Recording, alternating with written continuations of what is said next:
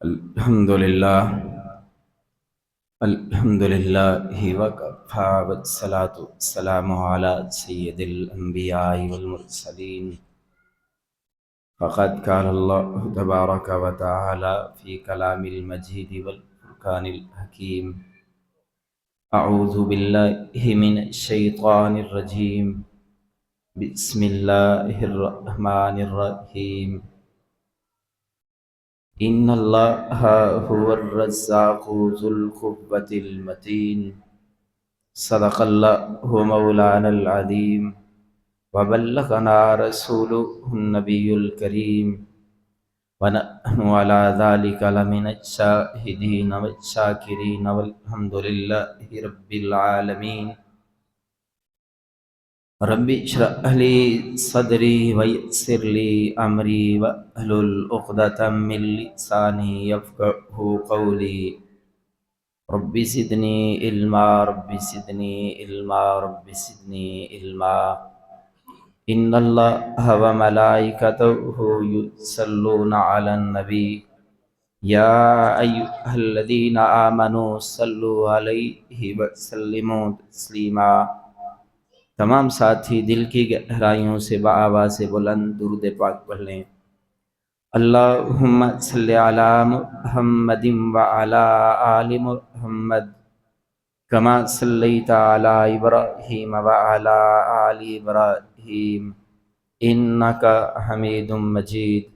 اللہم بارک علی محمد وعلی آل محمد کما بارکت علی ابراہیم وعلی آل ابراہیم انک حمید مجید۔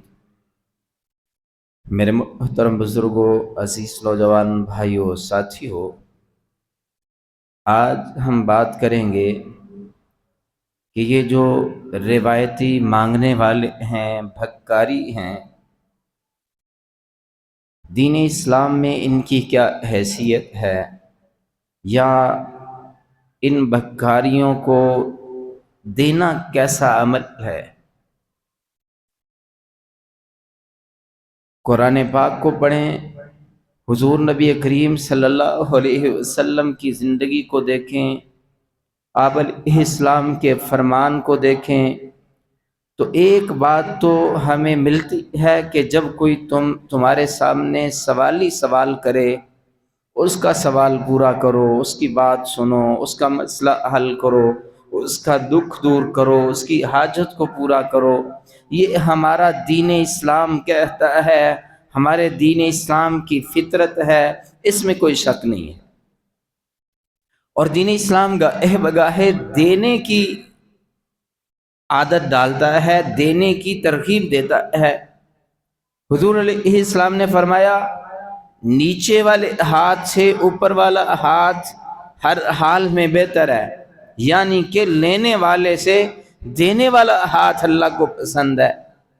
یعنی دینے کی ترغیب تو دین اسلام ضرور دیتا ہے، لیکن دوسری طرف دین اسلام حد الوسع کوشش کہتا ہے کہ کوشش کی جائے کہ کسی کے سامنے دست سوال دراز نہ کیا جائے، کسی کے سامنے سوال نہ کیا جائے، یہ دین اسلام ترغیب دیتا ہے۔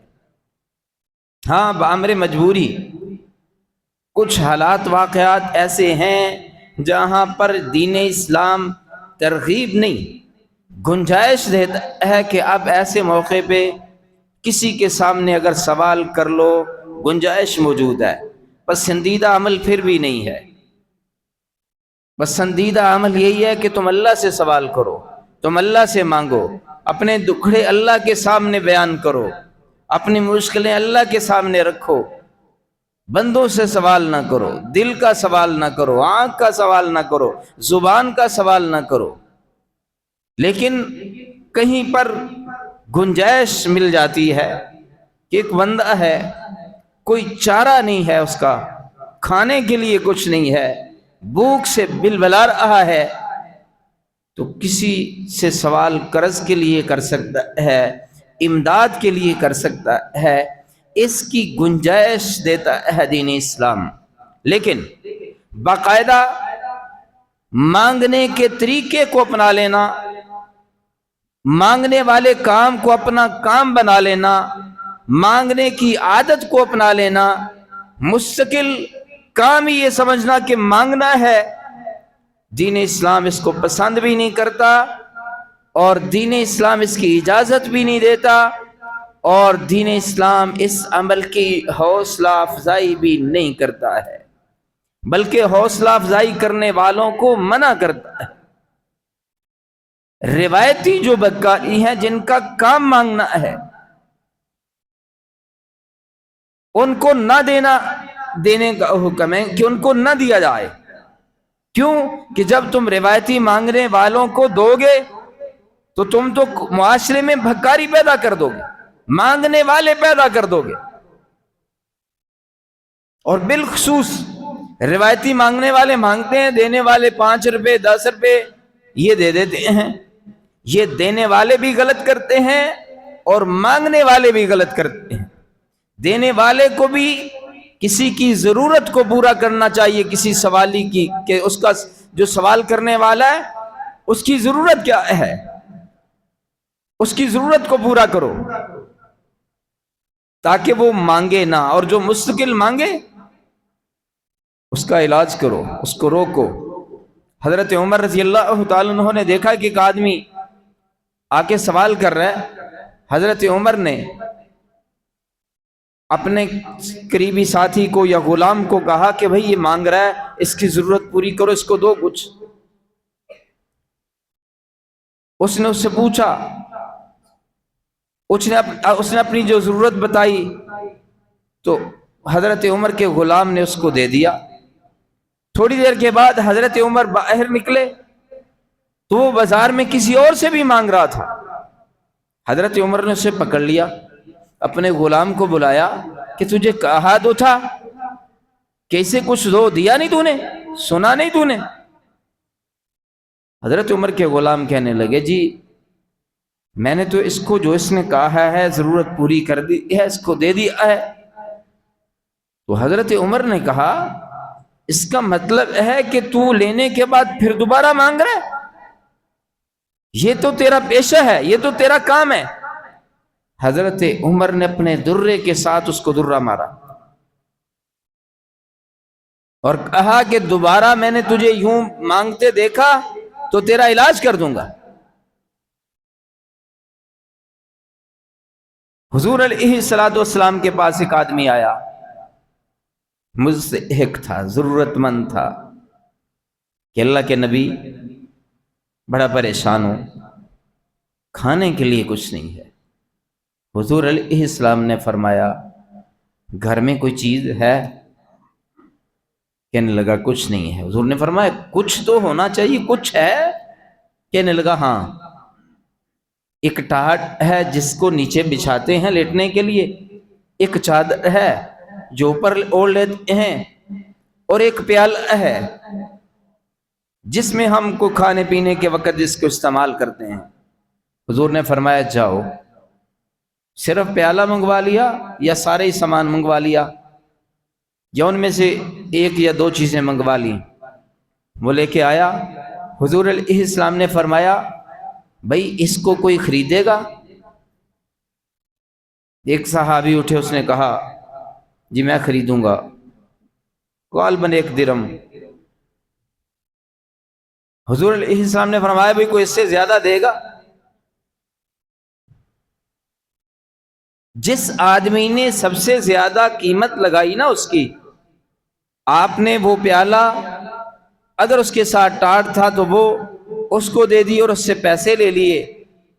حضور علیہ السلام نے اس کو، صحابی کو کہا جو سوال کرنے آئے تھے، یہ پیسے پکڑو، اس میں سے کچھ گھر میں کھانے کے لیے چیز لا کے دے دو، اور اس کے بعد باقی پیسوں سے، کل ہاڑے کا ایک پھالا ہوتا ہے جو آگے لوہے کا ہوتا ہے اور پیچھے دستہ ہوتا ہے جو لکڑی کا ہوتا ہے، حضور نے فرمایا باقی پیسوں سے وہ لے کے آؤ۔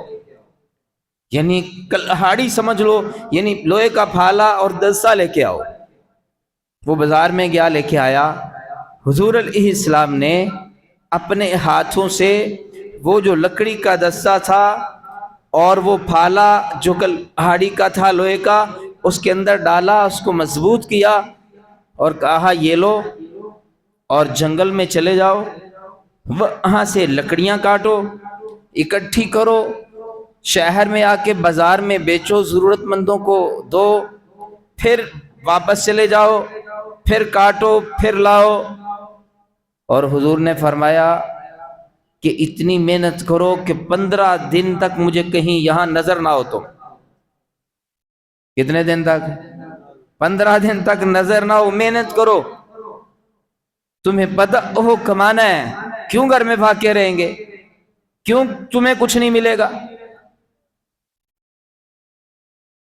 آج کل مانگنے والے آتے ہیں نا، بڑے ہی تنگ ہیں جی، گھر میں آٹا نہیں ہے، ایسے ہی نہیں ہے، تو بھئی اس کو کہیں نا کہ بھئی نہیں ہے نا کچھ، کتنے پیسے چاہیے؟ 100 روپیہ مانگ رہا ہوتا ہے، اس کو کہہ دیں کہ بھئی یہ مستری لگے ہیں یا کوئی کام ہے ہمارے پاس، 1500 دیہاڑی ملے گی، کرو کام، کھسک جاتے ہیں، بھاگ جاتے ہیں، جھوٹ بول دیتے ہیں، جناب طبیعت ٹھیک نہیں، جناب یہ ہے وہ ہے۔ اور بیویاں جو آ جاتی ہیں ان کو کہو چلو گھر میں کپڑے دھو دو، 1000 روپیہ لے لینا، وہ بھی جان چھڑائیں گی۔ یہ مستقل جو بھکاری ہے نا، ان کو دینا غلط ہے، ان کو نہیں دینا چاہیے۔ اور ان کو پتہ کیوں دیتے ہیں ہم؟ شرما شرمی، لوگ کیا کہیں گے، دوسرے کیا کہیں گے کہ یار نہ دیا تو یہ کہیں گے بڑا کنجوس، بڑا بخیل ہے۔ یہ تو 5 روپے دے کے 10 روپے دے کے جو سخی بن رہا ہے نا، 10 روپے دے کے سخی بھی بنتا ہے، اور دوسرے نمبر پہ بھکاری پیدا کر رہے ہو تم، اجڑا دے اجڑ منگن والے ہیں، جس طرح نشیوں کی پوری پوری لاٹ نظر آتی ہے کہیں پہ۔ یہ شیخو پور بس سٹاپ سے پیچھے قبرستان ہے، ایک مرتبہ ہم اس طرف قبرستان کے پیچھے گئے، اتنے نشئی، میں نے کہا پتہ نہیں پورا کوئی جہاز ہی یہاں کے کسی نے پھینک دیا۔ بالکل اسی طرح کئی جگہوں پہ دیکھیں تو یہ مانگنے والے اور مانگنے والیاں ایسے اجڑ جمع ہوتے ہیں کہ جیسے کوئی پورے کا پورا پراگا ہی کسی نے یہاں پھینک دیا ہو۔ اور ان میں قصور کن لوگوں کا ہے؟ یہ 5-10 روپے دینے والے جو سخی ہیں نا، دکاندار بیٹھا ہوا گھر میں ٹوٹے پیسے وہاں پہ رکھ لیتا ہے، اپنے حساب سے یہ بڑا سخی ہے۔ او بھائی یہی سخی اس کا پڑوسی دکاندار اس سے آگے کہہ دے نا کہ میری ضرورت ہے، مجھے 5000 دے دو، کل دے دوں گا، یہ اس سوالی کو اس کا سوال پورا نہیں کرتا۔ یہی جو سخی بیٹھا ہے نا، جو شام تک 200-300-400 روپیہ دے دیتا ہے، اسی کا جو ملازم ہے نا، اس کو یہ وقت پہ تنخواہ دے کے راضی نہیں ہوتا، 2 دن تنخواہ پہلے مانگ لے، یہ اس کو دے کے راضی نہیں ہے۔ حضور علیہ السلام نے گھر کا 1-2 جو سامان تھا وہ بیچ کے اس کو ہاڑی لے کے دی اور کہا جاؤ محنت کرو، 15 دن تک مجھے نظر نہ ہو۔ کیا مطلب؟ اس قدر اپنی جان جوکھوں میں ڈال، اس قدر محنت کر، اس قدر دوڑ دھوپ کر کہ تیرے گھر کی غربت ختم ہو جائے، تیرے گھر کے فاقے ختم ہو جائیں، محنت کرتا جا۔ میں نے دیکھا ہے بعض مزدوروں کو، غریبوں کو، صبح 8 بجے وہ لگتے ہیں، شام 4-5 بجے تک 1500 کی ہڑی لگاتے ہیں، اس کے بعد پھر اگلا کام کہے نا کہ یہ کام کو بتاؤ جی کتنا 1000 روپیہ دے دو، 2 گھنٹے میں 1000 کا وہ کام کر کے پھر بھی چلے جاتے ہیں۔ گھر پہنچے تو چاہے پڑوسی کہے کہ یہ میرا چھوٹا سا کام کر دو، میرے سے بھی 500 لے لو، وہ بھی لے لیتے ہیں۔ کوئی انہیں کہتا ہے جناب یہ نیچے پڑے ہوئے ہیں 4 توڑے چاولوں کے، 3ری منزل پہ لے کے جانے ہیں، وہ لے جاتے ہیں اور پیسے کما لیتے ہیں۔ کام کرنے والا، محنت کرنے والا مزدور ہی کیوں نہیں ہے، وہ بھوکا نہیں ہوتا، اس کے گھر میں فاقے نہیں ہو سکتے۔ دو چیزیں ہیں نا، محنت کرے گا تھوڑے کما لے گا، اس کے بعد عیاشی نہ کرے، اس کے بعد فضول خرچی نہ کرے۔ تو حضور علیہ السلام نے کہا نا جب کہ 15 دن تک نظر نہیں آنا، تو اللہ کے نبی کے اس صحابی نے جا کے محنت کی، دن رات محنت کی، گھر والے بھی خوشحال ہو گئے۔ 15 دن کے بعد جب آپ اسلام کے پاس آیا تو اس کے پاس پتہ کتنے پیسے تھے کہ وہ پیالہ، وہ سامان جتنے کا بکا تھا اس طرح کا سامان وہ 5-6 بار لے سکتا تھا۔ اگر وہ 2 درہم کے بکے تھے تو 10-15 درہم اس کے پاس جمع ہو چکے تھے۔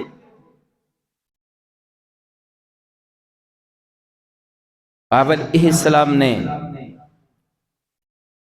کسی کو بکریاں رکھنے کی ترغیب دی ہے، کسی کو تجارت کی ترغیب دی ہے، کسی کو محنت کرنے کی ترغیب دی ہے، مانگنے کی ترغیب کسی کو نہیں دی، دینے کی دی ہے۔ ہمارا دین اسلام دینے کا کہتا ہے، دو، کہیں پر بھی سوال کرنے والے کی حوصلہ افزائی نہیں ہے۔ یہ مسجد میں جو آ کے رونے والا منہ بنا لیتے ہیں نا، سوال کرتے ہیں وہ مر گئے روڑ گئے، ایسے ہوتا ہے جیسے کسی کمپنی نے ایک ہی جیسی ٹریننگ دی ہے ان کو، تھوڑی سی بات کرتے ہیں ساتھ ہی رونا شروع کر دیتے ہیں۔ کسی مسجد میں بھی جاؤ اور ان میں بے شمار ایسے ہوتے ہیں صحت مند ہوتے ہیں، اور تقریباً میرے خیال میں تو 100% نہیں تو 1% کا مارجن دے لیتے ہیں، کم از کم 99% تو فراڈی ہوتے ہیں۔ یہاں ایک ہماری مسجد میں ایک دفعہ آ گیا بندہ، ہوئے ہوئے ہوئے وہ 7 والی مسجد میں نا، اس نے کو آدھا گھنٹہ لگایا اسپیکر میں روتے ہوئے کہ میرے گھر میں میرا باپ کینسر کا مریض ہے، وہ مر گئے رڑ گئے، لوگ پیسے بھیج رہے ہیں، کو 100 200 500 1000۔ ادھر اعلان کر کے نا یہ دوبارہ اس مسجد میں آ گیا۔ میں نے کہا اچھا تیرے والد صاحب کینسر ہے، بیمار ہیں؟ میں نے کہا کدھر ہیں اس وقت؟ کہتا ہے گھر میں ہے، لاہور لے کے جانا ہے کل۔ میں نے کہا اچھا۔ تو میرا خیال ہے کہ یہ ہمارے دوست ہوتے تھے طاہر مکی، وہ قدرتی اچانک میرے پاس ملنے آئے، 1-2 لڑکا اور تھا۔ میں نے کہا یار تو یہاں بیٹھ، تیرے گھر میں لڑکے بھیجتا ہوں، اگر تم اس سے کیا تیرا ابا کینسر کا مریض ہے نا تو ہم اس کا کوئی پورا حل کریں گے۔ اب تو اس نے جان چھڑوانا شروع کر دی، وہ کہتا ہے اعلان کرنے دینا ہے تو کرنے دیں، کچھ دینا ہے تو دیں، نہیں تو مجھے تو جانے دیں۔ بڑی مشکل سے اس کی یہاں ہمارے سے جان چھوٹی، کیوں؟ جھوٹ بول رہا تھا۔ یہ مانگنے کا باقاعدہ کاروبار ہے، اور مسجد میں جو سوال کرتا ہے اسے بالکل نہیں دینا چاہیے۔ جس طرح روایتی جو مانگنے والے ہیں نا، مستقل جن کا کام مانگنا ہے، ان کو بھی نہیں دینا، اور مسجد میں جو سوال کرتے ہیں نا ان کو روکنا چاہیے، یہ سوال نہ کریں، اس لیے کہ اس کا نقصان ہے۔ پوری دنیا میں مذہب اسلام ایسا مذہب ہے جو دینے کی ترغیب دیتا ہے، مانگنے کی ترغیب نہیں دیتا، جو دینے کا کہتا ہے لیکن مانگنے سے منع کرتا ہے۔ جو ہمارا دین ہے وہ کہتا ہے تمہیں پتہ چل جائے کہ کوئی تنگ دست ہے، ڈھونڈ کے اسے دو، ڈھونڈ کے بھوکے کو کھلاؤ، ڈھونڈ کے ننگے کو لباس پہناؤ، ضرورت مندوں کی ضرورتیں پوری کرو۔ لیکن مشکلوں میں بھی ہمارا دین کہتا ہے کسی کے سامنے دستے سوال نہ اٹھاؤ، ایک ٹائم کا کھا لو، ایک ٹائم بھوکے رہ لو، پیٹ میں پتھر باندھ لو، روکھی سوکھی سے گزارا کر لو، محنت مزدوری کر لو، لیکن سوال نہ کرو۔ وہی مشکل بن گئی تو گنجائش دیتا ہے اس مشکل سے نکلنے کے، کسی سے سوال کرنے کی گنجائش پسند نہیں کرتا۔ لیکن مستقل پوری دنیا میں جو مذہب دینے کو پسند کرتا تھا، جو مذہب مانگنے کو پسند نہیں کرتا، جو مذہب بھکاری کی حوصلہ شکنی کا حکم دیتا ہے، حوصلہ افزائی کی اجازت نہیں دیتا۔ بدقسمتی نہیں ہے کہ پوری دنیا میں ان گنت بھکاری ہمارے دین اسلام میں ہی آ گئے، مسلمانوں میں اتنے بھکاری ہیں۔ بالکل یہ مسلمانوں کے اجتماعی معاشرے کا کام ہے کہ باقاعدہ یہ بھکاری جن کا کام ہے ان کو مانگنے سے روکا جائے۔ ملکوں کے اندر یہ مہم چلنی چاہیے،